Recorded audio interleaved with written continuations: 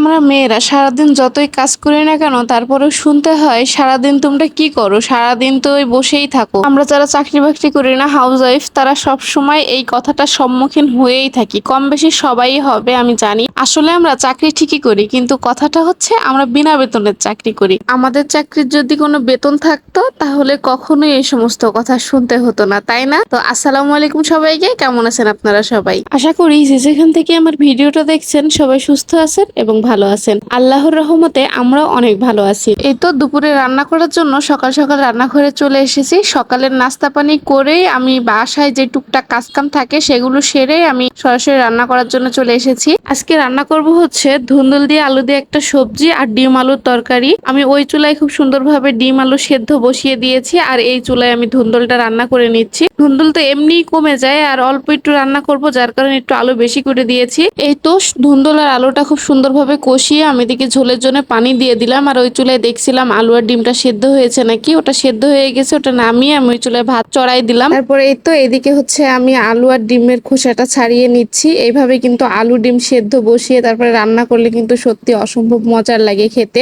আমার এদিকে হচ্ছে আলুটা ছাড়ানো হয়ে গেছে, তারপরে হচ্ছে আমি ডিমটা খোসা ছাড়িয়ে নিচ্ছি। এইভাবে ডিম আলুর তরকারি কে কে খেয়েছেন একটু জানাবেন তো আমাকে। এইভাবে কিন্তু ডিম আলুর তরকারি রান্না করলে কিন্তু অসম্ভব মজার হয়। এই তো আমার সব ডিমের খোসা ছাড়ানো হয়ে গেলে আমি এদিকে কাঁটা চামচ দিয়ে কুচিয়ে নিচ্ছি। এভাবে কাঁটা চামচ দিয়ে কুচিয়ে নিলে হয় কি, ডিম ভাজার সময় আর গায়ে ছিটকে পড়ে না। অনেক সময় হয় তেলের উপরে ডিম দেওয়ার কারণে ফুটে ফুটে গায়ের উপরে পড়ে। তো এই কারণে আমি ডিম কাঁটা চামচ দিয়ে অনেক সময় খুচিয়ে দিই, আবার অনেক সময় ছুরি দিয়ে একটু কেটে কেটে দিই, যার কারণে ডিম ভাজার সময় আর সমস্যা হয় না। তারপরে এই তো আলুগুলো হাত দিয়ে খুব সুন্দরভাবে ভেঙে ভেঙে নিলাম। তারপরে এই তো ওইদিকে ওইগুলো করতে করতে এদিকে হচ্ছে আমার আলু আর ধুন্দুলের সবজিটা হয়ে গেছে, এটা নামাই নিব। তারপরে হচ্ছে কড়াইটা ধুয়ে আমি এখানে তেল দিয়ে দিলাম। এবার তেলের মধ্যে তেলটা গরম হয়ে আসলে সামান্য একটু লবণ আর হলুদ দিয়ে আমি ডিমটা দিয়ে দিব। তারপরে ডিমটা লাল লাল করে ভেজে আমি এখানে উঠিয়ে নিব।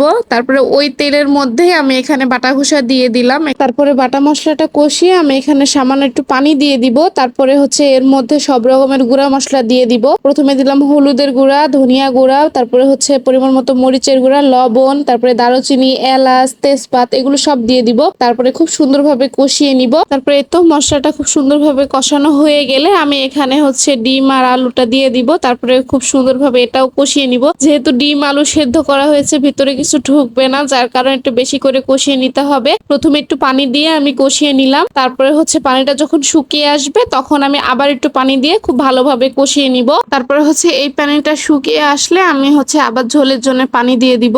এইভাবে কিন্তু রান্না করলে ডিম আলুর তরকারিটা খুবই মজা লাগে। এইখানে হচ্ছে আমি ঝোলের জন্য পানি দিয়ে দিলাম। তারপরে হচ্ছে প্রথমে একটু পানি দিলাম, পরে মনে হলো না আর একটু পানি লাগবে, তারপরে আর একটু পানি দিয়ে আমি এখানে বসিয়ে দিয়েছি। আর ওইদিকেও ভাতটা হয়ে গেছে, আমি একটু নেড়ে নিলাম। তারপরে দেখছিলাম ভাত হয়ে গেছে, তারপরে চুলা অফ করে দিলাম। তারপরে এই তো এইদিকে এই তরকারিটা ফুটে উঠেছে। এই তো রান্না করতে করতে হচ্ছে চুলাটাও মুছে নিচ্ছি। আমার রান্না প্রায় শেষের দিকে। তারপর একটু লবণ চেক করে দেখলাম এখানে লবণ হয়নি, পরে একটু লবণ দিয়ে দিলাম। তারপরে নামানোর আগে আমি দুটা কাঁচা মরিচ ভেঙে দিয়ে দিলাম। এই তো এই অবস্থা আমি নামিয়ে ফেলবো, কারণ পরবর্তীতে আলু ঠান্ডা হয়ে গেলে একটু ঝোল আরো কমে যাবে, এই কারণে হচ্ছে চুলাটা অফ করে দিলাম। তারপরে এই তো রান্না বান্না শেষে আমি এদিকে হচ্ছে ভাত বেড়ে নিচ্ছি। গরম গরম ভাতের সাথে কিন্তু এই তরকারিটা খেতে অসম্ভব মজার লাগবে। আজকের ভিডিওটা এই পর্যন্তই। সবাই সুস্থ থাকবেন, ভালো থাকবেন এবং আমাদের জন্য দোয়া করবেন। সবাইকে আল্লাহ হাফেজ।